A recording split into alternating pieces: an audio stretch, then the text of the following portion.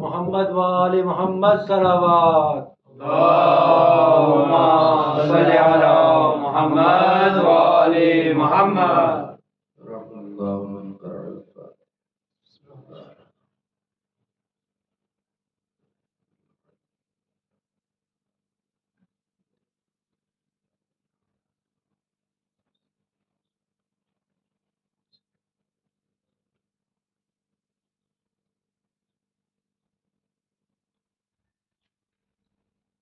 لا حول ولا قوة إلا بالله العلي العظيم. أعوذ بالله من الشيطان اللعين الرجيم. بسم الله الرحمن الرحيم. الحمد لله الذي ذكره شرف للذاكرين وشكره فوز للشاكرين وطاعته نجاة للمطيعين. ثم الصلاة والسلام على أشرف الأنبياء والمرسلين الذي كان نبيا وآدم بين الماء والدين، الذي سمي في السماء بأحمد وفي الأرض بأبي القاسم محمد. اللهم صل على محمد وآل محمد. ثم الصلاة والسلام على أهل بيت الطيبين الطاهرين المعصومين المظلومين الغر الميامين، واللعنة الدائمة الباقية الجارية القائمة الثابتة على أعدائهم أجمعين. أما بعد، قال الإمام محمد الباقر عليه السلام: إن فاطمة هي ليلة القدر، من عرف فاطمة حق معرفتها فقد أدرك ليلة القدر. صلوات اللهم صل على محمد وآل محمد. حاضرین عظمی اعزاز، ماتمداران صدران سید الشہداء، بطفیل چاردہ معصومین علیہ السلام، اور خصوصاً بتعیید حضرت بطول بنت رسول معصوم عالم راضیہ مرضیہ بطول حضرہ طاہرہ انسیت الحورہ جناب فاطمہ زہرا سلام اللہ علیہا. اللهم صل على محمد وآل محمد. آج ایام فاطمیہ کی دوسری مجلس اور مجلس قول بارگاہ خالق میں دعا گو ہوں. پروردگار عادی واسطہ ہے، محمد وآل محمد کا واسطہ ہے، شہزادی کونین کی ذات مقدس کا ہماری اس عبادت کو اپنی بارگاہ میں قبول فرما. ہمیں جو لوگ پریشان حال ہیں ان کی پریشانیوں دکھ اور تکلیفوں کو دور فرما. ہم سب کو سیرت شہزادی کونین پر عمل کرنے کی توفیق عطا فرما. جو مومنین اس ملک میں تلاش رزق میں آئے ہیں ان کے رزق میں خیر و برکت عطا فرما. جو بیمار ہیں اس فرش عزائے فاطمیہ کے صدقے میں انہیں شفا عطا فرما. بے اولاد ہم نے نیک اور صالح اولاد عطا فرما. پرچم اسلام کو سربلندی و شرف عطا فرما. پرچم کفر و نفاق کو سرنگوں فرما. ہم سب کو زندگی کی آخری سانس تک محبت اہل بیت پر اور صراط مستقیم پر ثابت قدم رہنے کی توفیق عطا فرما. ہم سب کو زیارت کربلا نصیب فرما. آخرت میں چاردہ معصومین کی شفاعت نصیب فرما. ہمارے مولا و آقا ہمارے سید السردار امام زمانہ کے ظہور میں تربیت فرما. ہم سب کو اپنے مولا و آقا کے مخلص غلاموں اور جنت فرما. ربنا تقبل منا انك اللهم صل على محمد وآل محمد. یہ مجالس پیغمبر اسلام صلی اللہ علیہ وآلہ وسلم اللهم صل على محمد وآل محمد. کی اکلوتی بیٹی شہزادی کونین سلام اللہ علیہا کی المناک اور غمناک شہادت کے سلسلے میں منعقد کی گئی ہے، اور جس حدیث کو کل تلاوت کا شرف حاصل کیا تھا اور ترجمہ بھی ہم نہیں کر سکے تھے، آج کو اسی کو آگے بڑھانا ہے اپنی بات کو کہ یہ حدیث تفسیر نور الثقلین میں ہمارے پانچویں امام محمد باقر علیہ السلام اللهم صل على محمد وآل محمد. اس لیے کہ شہزادی کونین کی وہ ذات وہ ذات ہے، وہ ذات والا صفات ہے کہ جس کو ان کے سلسلے میں ہم کچھ نہیں بول سکتے اور نہ ان کی مدد بیان کر سکتے ہیں، نہ ان کی فضائل کو بیان کر سکتے ہیں، بلکہ ان کی فضائل کو بیان کرنے کے لیے ضروری ہے کہ امام معصوم کی زبان ہو، قدرت کا قلم ہو، قلم قدرت ہو اور معصوم کی زبان ہو۔ لہٰذا اسی لیے کسی نے کہا بھی ہے کہ فاطمہ شہزادی کونین کی ذات وہ ذات ہے کہ جن کو سمجھنا اور جن کی معرفت کو حاصل کرنا ناممکن ہے۔ آج امام فرماتا ہے کہ انا فاطمہ ہیا لیلۃ القدر، بے شک فاطمہ لیلۃ القدر ہے، من عرفا فاطمہ حق معرفتها فقد ادرک لیلۃ القدر، اور جو شخص فاطمہ کو اس طرح سے ان کی معرفت حاصل کر لے جو معرفت حاصل کرنے کا حق ہے تو فقط ادرک لیلۃ القدر، تو اس نے لیلۃ القدر کی عظمتوں اور اس کی شرافتوں کا ادراک کر اس شخص نے، کہ جس شخص نے لیلۃ القدر کو سمجھ لیا۔ اب یہاں پر ایک بات قابل غور ہے کہ شہزادی کونین کو پانچویں امام نے یہ نہیں کہا کہ مثل لیلۃ القدر، یہ جملہ نہیں ہے کہ مثل لیلۃ القدر کی جیسی ہی نہیں، بلکہ فرمایا انا فاطمہ ہیا لیلۃ القدر، یعنی فاطمہ زہرا ہی لیلۃ القدر ہے۔ فاطمہ حقیقت شہزادی کونین کو امام نے بیان فرمایا کہ فاطمہ لیلۃ القدر ہے۔ لیلۃ القدر کیا ہے، لیلۃ القدر میں کیا ہوا، تو اس کو بھی اللہ نے ایک آیت میں واضح کیا کہ شہر رمضان الذی انزل فیہ القرآن، ماہ رمضان ہے کہ جس میں اللہ نے اپنی پاک اور پاکیزہ کتاب کو نازل فرمایا۔ اب پورے 30 دن ماہ رمضان ہے، اب اس میں سے وہ رات کون سی ہے کہ جس میں اللہ نے نازل کیا، تو اس دائرے کو اللہ نے اور چھوٹا کیا اور فرمایا کہ انا انزلناہ فی لیلۃ القدر، بے شک ہم نے قرآن مجید کو شب قدر میں نازل کیا۔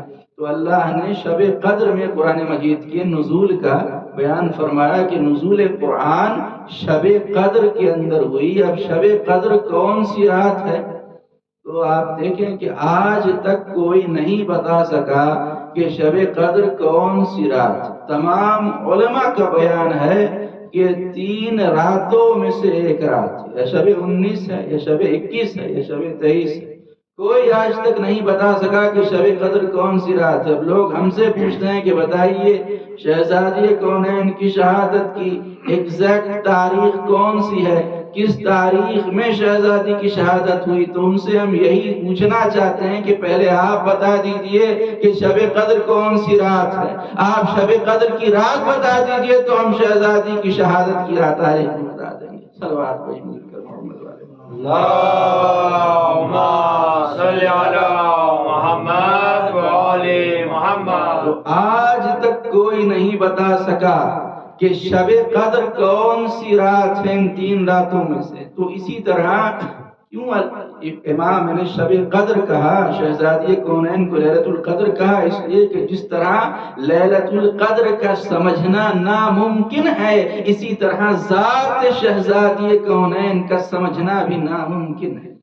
اس طرح آج تک لیلۃ القدر کو کوئی پہچان نہیں سکا، اسی طرح شہزادی کونین کو بھی پہچاننا ناممکن ہے۔ اب یہ رات کون سی رات ہے، اس کو اللہ نے ایک اور ٹکڑے میں دوسری جگہ پر قرآن مجید میں سمجھانے کے لیے اور واضح کرنے کے لیے اللہ نے بیان کیا کہ انا انزلناہ فی لیلۃ مبارکۃ، یعنی ہم نے قرآن مجید کو ایک مبارک رات میں نازل فرمایا۔ یعنی اللہ نے بتایا کہ جو شب قدر ہے، جو لیلۃ القدر ہے، وہ کوئی عام رات نہیں ہے، وہ کوئی آرڈینری رات نہیں ہے، بلکہ وہ رات برکت والی رات ہے، وہ مبارک رات ہے۔ اب آپ سوال کیجئے، ہم آپ سے سوال کریں کہ یہ لیلۃ القدر بابرکت رات ہے، تو بتائیے کیا اس کی برکتیں دکھائی دے رہی ہیں؟ شب قدر بابرکت رات ہے، مبارک رات ہے، برکتیں دکھائی دے رہی ہیں؟ تو آپ جواب دیں گے نہیں، اس کی جو برکتیں ہیں وہ معنوی ہیں۔ شب قدر کی جو برکتیں ہیں وہ معنوی ہیں، وہ دکھائی نہیں دی جاتی. تو ایک جگہ پر اللہ نے شب قدر کو مبارک کہا، لیلۃ القدر کو مبارک کہا، اور دوسری جگہ پر پھر اسی قرآن مجید میں اللہ نے آواز دی کہ ان اول بیت وضع للناس للذی ببکۃ مبارکا، بے شک سب سے پہلا گھر کہ جو عالمین کے لیے ہدایت بنا کر بھیجا گیا ہے اور عالمین کے لیے ہدایت ہے، وہ گھر کون سا گھر ہے؟ مبارکن، وہ گھر مبارک ہے. یعنی ایک رات کو مبارک کہا گیا. وہ رات کون سی؟ لیلۃ القدر. لیلۃ القدر کو مبارک کہا. وہ لیلۃ القدر کیا ہے؟ ایک زمان ہے، یعنی ایک زمانہ ہے، وہ ایک رات ہے کہ جو مبارک رات ہے. اور دوسری طرف ایک مکان کو اللہ نے مبارک کہا، یعنی خانہ کعبہ کو اللہ نے مبارک کہا. تو ایک طرف ذات مبارک، شہزادی کونین کی ذات جو لیلۃ القدر ہے وہ مبارک، اور دوسری طرف مکان مبارک. اب قرآن مجید کی جو آیتیں ہیں وہ خاموش ہیں. قرآن جیسے کہتے ہیں قرآن صامت، یعنی خاموش قرآن. تو اب قرآن کو تفسیر کے لیے زبان چاہیے. اب قرآن مجید کی زبان بنے کون؟ بتائیے، کوئی قرآن مجید کی زبان بن سکتے ہیں؟ کیا مسلمان قرآن مجید کی زبان بن سکتے ہیں؟ نہیں، مسلمان قرآن مجید کی زبان نہیں بن سکتے. قرآن مجید کی زبان اگر کوئی بن سکتا ہے تو صرف آل محمد ہیں. لہذا اگر سمجھنا ہے کہ زمان مبارک ہے، یعنی لیلۃ القدر مبارک ہے، تو کس طرح سے مبارک ہے، کس طرح سے اس میں برکت ہے؟ اگر خانہ کعبہ جو مکان ہے وہ مبارک ہے تو کیسے مبارک ہے؟ تو اس کے مصادیق کو اگر سمجھنا ہے تو زمان کو اور مکان کو ملا دیں. زمان یعنی لیلۃ القدر شہزادی کونین ہے، مکان خانہ کعبہ ہے. تو جب دونوں کو ملائیں گے تو قرآن کہتا ہے مرج البحرین یلتقیان بینہما برزخ لا یبغیان. شب قدر ذات شہزادی کونین ہے اور مولود کعبہ مولائے کائنات ہیں. جب علی اور فاطمہ کو ملایا جائے گا تو مرج البحرین یلتقیان، تب برکتیں ظاہر ہوں گی کہ پوری دنیا میں کوئی کونا اور کوئی جگہ اور کوئی چپا ایسا نہیں ملے گا جہاں انسان تو ہوں لیکن اولاد علی و فاطمہ نہ ہوں.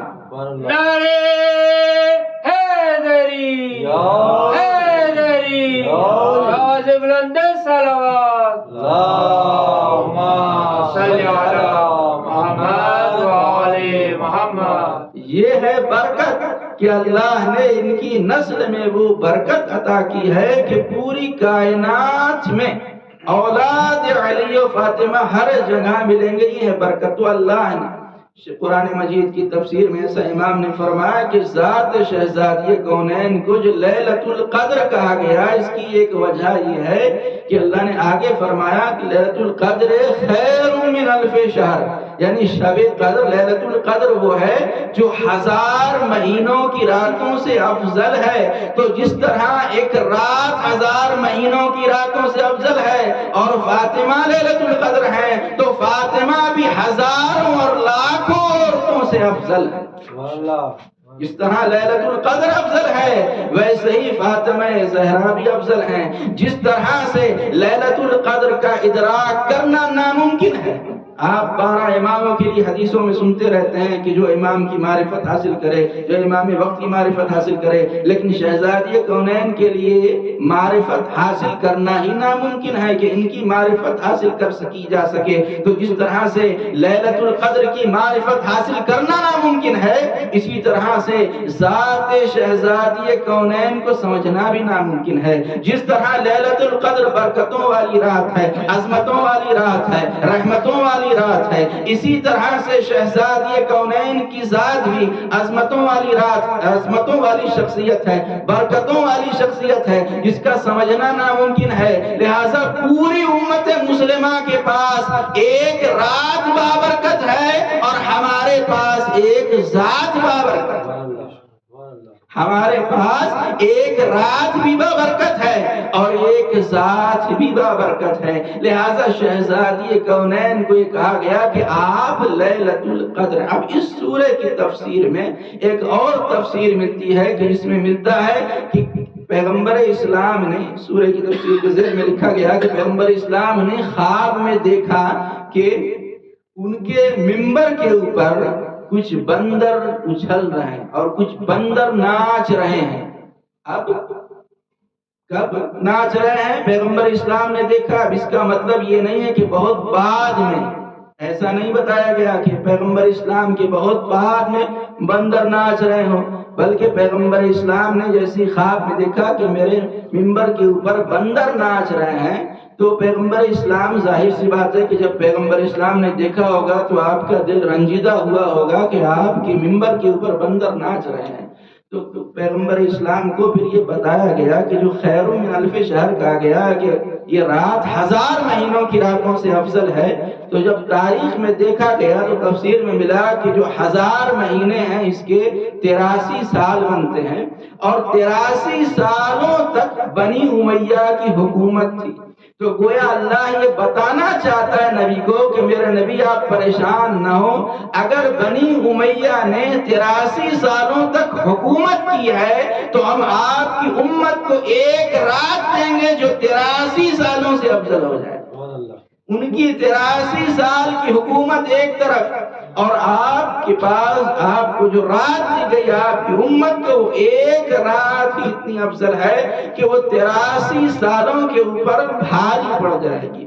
تو شہزادی کونین کی وہ زندگی ہے کہ جس کا درک کرنا اور جس کا سمجھنا ناممکن ہے، بلکہ ان کے معجزات بھی ایسے ہیں کہ جن کا سمجھنا اور جن کا درک کرنا ناممکن ہے. اب وہ جو مشہور کیا گیا ہے کہ ایک کہانی ہے اور یہ قصہ ہے جو یہودی کے یہاں جب شہزادی کونین گئیں اور جو معجزہ ظاہر ہوا ہے جو کتابوں کے اندر موجود ہے، تو یہ صرف قصہ اور کہانی نہیں ہے، یہ کوئی سٹوری نہیں ہے سنانے کے لیے کہ یہ کوئی کہانی ہو، بلکہ یہ معجزہ ہے شہزادی کونین کی. بچپن میں ایک کتاب میں ہم نے اس پورے معجزے کو نظم میں سنا تھا، نظم میں پڑھا تھا، اور زمانہ گزر گیا تو کچھ اشعار میرے ذہن سے محو ہو گئے اور مٹ گئے ہیں، لیکن جو اشعار یاد ہیں وہ ہم آپ تک سناتے ہیں اور صلوات کی برکت سے شاید یاد آئے. صلوات پڑھیں. اللہم صلی علی محمد و آل محمد.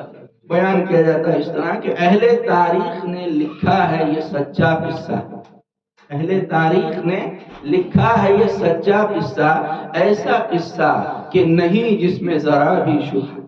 ایک یہودی تھا کہ تھا جس کا مدینے میں مکان، دشمن بانی اسلام عدو ایمان. اس کی لڑکی کی مقدر سے تھی ایک دن شادی، جمع سب دوست ہوئے بہر مبارک بادی.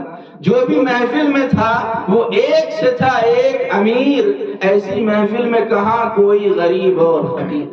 دفعتاً بات یہ اس قوم کے دل میں آئی، بنت احمد کو بھی بلوائیں پے رسوائی. یہاں ہر ایک شخص کا ملبوس امیرانہ تھا اور وہاں گھر کا ہر انداز فقیرانہ تھا. آئیں گی بنت محمد جو پھٹے کپڑوں میں، خدمت خانہ سے مٹی سے اٹے کپڑوں میں، دیکھ کر لوگوں کو زہرا کو ندامت ہوگی، بنت پیغمبر اسلام کی ذلت ہوگی. سوچ کر دل میں یہ کچھ لوگ چلے سوئے نبی اور حضرت سے بسط عز و ادب عرض یہ کی، آج تقریب ہے شادی کی ہمارے گھر میں، فاطمہ آئے تو جان آئے نئے پیکر. ہنس کے فرمایا پیغمبر نے کہ حیدر سے کہو تم کو لے جانا ہے زوجہ کو تو شوہر سے کہو. سن کے یہ بات وہ سب آئے قریب حیدر اور مقصد کو رکھا پیش ولی دعوت. گھر میں آ کر کہا حیدر نے کہ اے بنت نبی، آج ہے ایک یہودی کے مقام شادی، چاہتے ہیں وہ یہودی کہ وہاں آپ بھی جائیں، ان کی تقریب کی رونق کو دوبارہ فرمائیں. سن کے بس یہیں پر ہم روکتے ہیں کہ پورا واقعہ نظم کیا گیا ہے. نثر میں یہ ہے کہ ایک مدینے میں ایک یہودی تھا اور اس کے دل میں پیغمبر اسلام کے لیے بڑی نفرت اور بڑی عداوت اور بڑی دشمنی تھی، اور اتفاق سے اس کی بیٹی کی شادی ہو رہی تھی. تو کیونکہ وہ اسلام دشمن تھا، پیغمبر اسلام کا دشمن تھا، تو اس کے دل میں خیال آیا، اور اس کی جو شادی تھی، ظاہر سی بات ہے کہ یہودی سب بڑے پیسے والے تھے، بڑے بڑے امیر لوگ تھے، بہت ثروت مند تھے۔ دل میں خیال آیا کہ کیوں نہ ہم مسلمانوں کے رسول کی بیٹی کو اپنی شادی میں انوائٹ کریں، اور کیونکہ ان کے پاس تو کوئی اچھا کپڑا نہیں ہوگا، ان کے پاس بوسیدہ لباس ہوگا، پرانا کپڑا ہوگا، تو جب وہ شادی میں آئیں گی تو اس طرح سے ان کی توہین ہوگی۔ لہٰذا دل میں یہ پلان بنا کر، یہ سوچ کر وہ یہودی پیغمبر اسلام کے پاس آیا اور آ کر کہا کہ میری بیٹی کی شادی ہے، میں چاہتا ہوں کہ آپ اپنی بیٹی کو میرے گھر بھیجیے شادی میں۔ تو سنیں کہ پیغمبر اسلام نے کیا جواب دیا، اور یہ ایک میسج بھی ہے کائنات کے ہر باپ کے لیے جس نے اپنی بیٹی کو رخصت کر دیا۔ پیغمبر اسلام نے ایک پیغام دیا، ایک میسج دیا۔ جب پوچھا کہ میں چاہتا ہوں آپ اپنی بیٹی کو بھیج دیجئے، پیغمبر نے فرمایا، ہنس کے فرمایا پیغمبر نے کہ شوہر سے کہو، تم کو لے جانا ہے زوجہ کو تو شوہر سے کہو، اگر تم کو بیوی کو لے جانا ہے تو شوہر سے اجازت دو، اگر تو شادی کر دیا تو شادی کرنے کے بعد باپ کا جو حق ولایت ہے وہ ساقط ہو جاتا ہے، پھر شوہر کا حق ہوتا ہے بیوی کے اوپر۔ لہٰذا اگر زوجہ کو لے جانا ہے تو پہلے شوہر سے اجازت دو، شوہر اگر پرمیشن دے تو بیوی کو لے جاؤ۔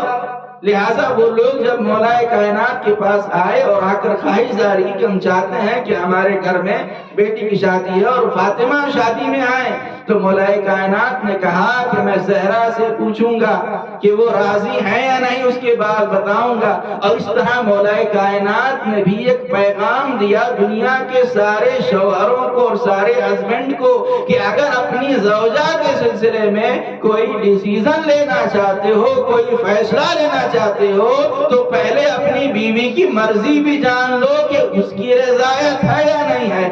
اپنی مرضی کو تھوپو نہیں کبھی اپنی بیوی کے اوپر۔ اور پھر کیا ہوا، جب مولا کائنات گھر میں آئے اور آ کر کہا کہ فاطمہ آج ایک یہودی کے گھر میں شادی ہے اور چاہتے ہیں یہ یہودی کہ وہاں آپ بھی جائیں، ان کی تقریب کے رونق کو دوبالا فرمائیں، تو شہزادی کونین نے کیا فرمایا کہ آپ کے حکم سے کچھ مجھ کو نہیں جائے عدول، پر جو حالت ہے میری آپ سے پوشیدہ نہیں، جسم پر میرے بجز جامع بوسیدہ نہیں، عورتیں آئیں گی تقریب میں اہل زر کی اور ہو جائے گی توہین میری چادر کی۔ شہزادی نے فرمایا کہ آپ کے حکم پر میں راضی ہوں، میں آپ کے حکم کی مخالفت نہیں کرتی ہوں، آپ کی جو مرضی ہے وہی میری مرضی ہے۔ اس طرح شہزادی کونین نبی دنیا کی تمام عورتوں کو یہ پیغام دیا کہ جب شوہر کسی کام کے لیے کہے تو شوہر کی مرضی پر راضی رہنا، اپنی مرضی کو پیش نہ کرنا، جیسا شوہر کہے ویسا مان لینا، جو وہ کہے اس کو تسلیم کر لینا۔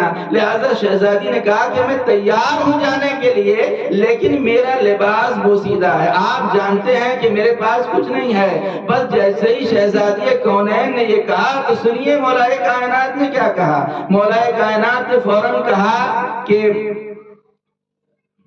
مولا کائنات خیر نثر میں سنا دی کیونکہ شعر میرے ذہن سے نکل رہا ہے، تو مولا کائنات نے کہا کہ فاطمہ آپ آخری نبی کی بیٹی ہیں اور اس نبی کی بیٹی ہیں جو صاحب اعجاز ہیں، ہے یہ خواہش کہ منظور کرو یہ دعوت اور چاہو تو طلب کر لو لباس جنت۔ جیسے ہی مولا کائنات نے کہا کہ آپ صاحب اعجاز نبی کی بیٹی ہیں، میں چاہتا ہوں کہ آپ ضرور جائیں، اور اگر لباس نہیں ہے تو جنت سے لباس منگا لیں۔ بس جیسے ہی مولا کا یہ کہنا تھا تھی یہ باتیں کہ ملک لے کے لباس آ پہنچا، 5 زہرا کی اللہ کا تحفہ پہنچا۔ ادھر کہا مولا نے کہ آپ چاہیں تو جنت سے لباس منگا لیں، کہ اتنے میں فوراً جنت کے ملائکہ لباس لے کر آ گئے۔ ابھی کہا بھی نہیں کہ جنت سے لباس آئے، صرف یہ ارادہ کیا کہ جنت سے لباس آ سکتا ہے، جنت سے زیورات آ سکتے ہیں، اور فوراً ملائکہ لے گئے۔ دیکھا اپنے یہ اہل بیت ہیں جن کو اللہ نے کائنات پر حق تصرف دیا ہے، یہ ارادہ کرتے ہیں، صرف نیت کرتے ہیں اور جنت سے لباس آ جاتا ہے۔ صرف نیت کرتے ہیں تو لیٹا ہوا انسان زندہ سے مردہ ہو جاتا ہے، صرف نیت کر لیتے ہیں تو پتھر جو مٹی کا تھا وہ سونے کا بن جاتا ہے، صرف نیت کر لیتے ہیں تو دیوار سونے کی بن جاتی ہے۔ صرف نیت کر لیتے ہیں تو انسان جو سامنے مرد تھا وہ عورت بن جاتا ہے۔ صرف نیت کر لیتے ہیں تو ایک آدمی انسان سے کتا بن جاتا ہے۔ یعنی ان کی نیت ہے اور وہ فوراً نیت متحقق ہو جاتی ہے اور فوراً نیت ثابت ہو جاتی ہے۔ بس جیسے ہی مولا کائنات نے یہ کہا کہ اگر آپ چاہیں تو جنت سے لباس منگا لیں، بس فوراً تھی یہ باتیں کہ ملک لے کے لباس آ پہنچا، پاس زہرا کے اللہ کا تحفہ پہنچا، زیب تن کر کے وہ ملبوس چلی بنت نبی، آمد فاطمہ کی دھوم ہر ایک سمت مچی، تھا دل میں تھا سب کے کہ قسمت سے یہ موقع پایا، وقت تقدیر سے توہین نبی کا آیا، پر ہٹی سر سے ردا جب تو یہ منظر دیکھا، نور سے فاطمہ کے گھر کو منور دیکھا۔ اب کیا ہوا؟ جب لباس جنت آ گیا، زیورات جنت آ گئے، شہزادی کونین نے زیب تن کیا اور جب پہن کر اس یہودی کے گھر میں داخل ہوئی ہیں تو آپ کے نور ایسا تھا آپ کا کہ آپ کے نور سے جتنی بھی عورتیں تقریباً 500 بیان کی گئی ہے، 500 یہودی عورتیں آپ کے نور کو برداشت نہ کر سکی اور ایک روایت کے مطابق سب کی سب مردہ ہو گئی، جتنے بھی دلہن بھی مر گئی اور ساری عورتیں بھی مردہ ہو گئی۔ اب کیا ہوا؟ جب شہزادی کونین نے دیکھا کہ اس طرح سے یہ سب کے سب مردہ ہو گئے تو اب کیا کرے؟ تو فوراً شہزادی کونین نے مصلی بچھایا اور مصلی بچھا کر 2 رکعت نماز ادا کی اور اللہ سے دعا کی کہ پروردگار ان مردوں کو جان عطا کر دے، ان مردوں کو زندگی عطا کر دے۔ بس اس طرف باب اجابت سے دعا ٹکرائی، اس طرف جسم میں مردوں کی نئی جان۔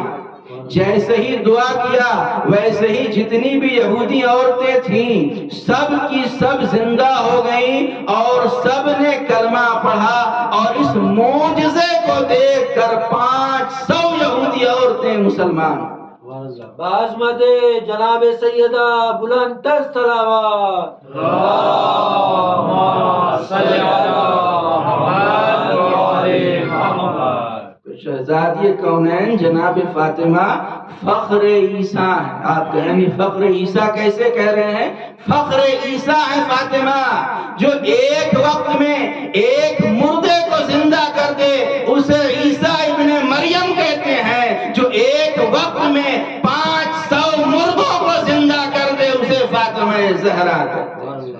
شاباش، بڑی مل کرو۔ اللہم صلی علی محمد و آل محمد۔ بس جیسے ہی مردے سب کے سب زندہ ہو گئے اور سب نے کلمہ پڑھا، مسلمان ہو گئے۔ ایک بات آپ نے یہاں پر غور کیا کہ اگر شہزادی کونین چاہتی تو ایسے ہی دعا کر دیتی تو مردے زندہ ہو جاتے، لیکن آپ نے ایسے ہی دعا نہیں کیا، پہلے مصلی بچھایا، 2 رکعت نماز پڑھ کر بتایا کہ نماز کی عظمت کیا ہے، اور جو شہزادی کا چاہنے والا ہوگا وہ کبھی بھی نماز کو چھوڑ نہیں سکتا ہے۔ شہزادی کونین کی جو کنیز ہوگی وہ کبھی نہ نماز کو چھوڑے گی نہ وہ کبھی پردے کو چھوڑے گی۔ نماز پڑھ کر شہزادی کونین نے یہ پیغام دیا۔ تو یہ معجزہ ہے جناب سیدہ کا کہ آج بھی اس معجزے کو بیان کیا جاتا ہے اور اس معجزے کو بتایا جاتا ہے کہ کس طرح سے جناب سیدہ نے ایک یہودی کے گھر میں جا کر جو توہین کرنا چاہتا تھا ان سارے لوگوں کو شہزادی کونین نے مسلمان بنا دیا۔ تو یہ تبلیغ دین میں شہزادی کونین کا ایک اہم کردار ہے، اور اسی لیے پیغمبر اسلام بھی اتنی محبت کیا کرتے تھے اپنی بیٹی سے کہ جب بھی کبھی سفر پہ جایا کرتے تھے پیغمبر تو سب سے آخر میں اپنی بیٹی سے ملاقات کرتے تھے، اور جب لوٹ کر آتے تھے سفر سے تو سب سے پہلے بیٹی سے ملنے کے لیے جاتے تھے تاکہ بیٹی سے جدائی کا جو عرصہ ہے وہ کم سے کم رہے۔ اتنی محبت اپنی بیٹی سے پیغمبر اسلام کرتے تھے، لیکن اس کا صلہ کیا دیا امت نے، اس کا بدلہ کیا دیا؟ جو پیغمبر بار بار بتا رہے تھے کہ میرے اہل بیت ہیں، یہ حسن ہے، یہ حسین ہے، یہ فاطمہ ہے، یہ علی ہیں، جن کی عظمتوں کو بار بار پیغمبر اسلام بیان کر رہے تھے، ابھی پیغمبر اسلام کا کفن بھی میلا نہیں ہوا تھا کہ اسی گھر کے پاس لوگوں نے لکڑیاں جمع کر دی۔ آگ لگا دی اس دروازے کو کہ جس دروازے پر جا کر پیغمبر اسلام سلام کیا کرتے تھے۔ ابھی پیغمبر کی شہادت کا کچھ وقت بھی نہیں گزرا ہے، ابھی ایک موقع پیغمبر اسلام کی شہادت کو نہیں گزرا کہ لوگ آ گئے، دروازے کے اوپر لکڑیاں جمع کی اور آواز دی کہ ابو الحسن کو باہر نکالو ورنہ ہم اس گھر میں آگ لگا دیں گے۔ بس جیسے ہی ظالم نے یہ کہا، شہزادی نے فرمایا اس گھر میں تو نبی کے چھوٹے چھوٹے نواسے حسن و حسین رہتے ہیں۔ بس آنے والے نے کہا بھلے حسن و حسین رہتے ہوں، ہم اس گھر کو آگ لگا دیں گے۔ بس ظالم نے اس دروازے کو آگ لگایا۔ جیسے ہی دروازہ جلا، شہزادی دروازے کے پاس آئیں اور شہزادی کونین کے پیچھے دیوار تھی۔ ظالم نے وہ جلتا ہوئے دروازے پر ایسا دھکا مارا کہ جب وہ دروازہ گرا تو در اور دیوار کے بیچ میں شہزادی آ گئی اور وہ جلتا ہوا دروازہ آپ کے پہلو پر گرایا گیا۔ اس طرح سے دروازہ گرایا گیا کہ شکم میں محسن کی شہادت ہو گئی۔ آپ نے آواز دی ہے فضا مجھے سہارا دو کہ میرا محسن شہید ہو گیا۔ بس جیسے ہی شہزادی کونین پہ دروازہ گرایا گیا، ظالم گھر کے اندر داخل ہو گئے اور داخل ہو کر مولا کائنات کو پکڑا۔ مولا کائنات کے گلے میں رسی ڈالی اور رسی ڈال کر اس طرح سے مولا کو کھینچ کر باہر لائے کہ پیچھے پیچھے شہزادی کونین بھی آئی اور صحن خانہ تک آ کر آپ نے آواز دی خلو ابو الحسن، ابو الحسن کو چھوڑ دو ورنہ میں اپنے بالوں کو پریشان کر دوں گی اور اللہ کی بارگاہ میں سخت فریاد کروں گی۔ بس جیسے ہی یہ کہنا تھا کہ تاریخ لکھنے والوں نے لکھا کہ مسجد النبوی کی دیواریں قد آدم تک بلند ہو گئی۔ بس اتنا کہا تھا کہ سر کے بالوں کو پریشان کر دوں گی۔ میں اتنا ہی کہوں گا شہزادی یہ مدینہ ہے جہاں آپ نے کہا اور ادھر دیواریں پردے کے لیے بلند ہو گئی، لیکن یہ کوفہ اور شام ہے جہاں ثانیہ زہرا، جہاں ثانیہ زہرا بے مقنع چادر ہے، کوئی چادر دینے والا نہیں ہے، کوئی پردہ دینے والا نہیں ہے۔ بس ایک مرتبہ ظالم مولا کو لے کے گھر سے باہر نکلے اور دربار خلافت میں لے گئے۔ سب سے پہلے کوشش یہی کی گئی کہ مولا بیعت کر لیں۔ یہی وہ مصائب تھے کہ جن کے بعد صرف 18 برس کی عمر تھی شہزادی کی، سر کے بال سفید ہو گئے، کمر خمیدہ ہو گئی، ہاتھ میں عصا لے لیا اور مرثیہ پڑھا صبت علیہ مصائب لو انہا صبت الایام سرنا لیالیا۔ اے بابا آپ کے بعد مجھ پر وہ مصیبتیں پڑی کہ اگر دن پر پڑتی تو تاریخ راتوں میں تبدیل ہو جاتی۔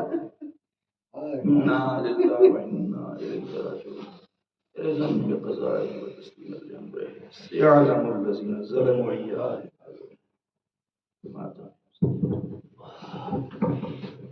حسين يا حسين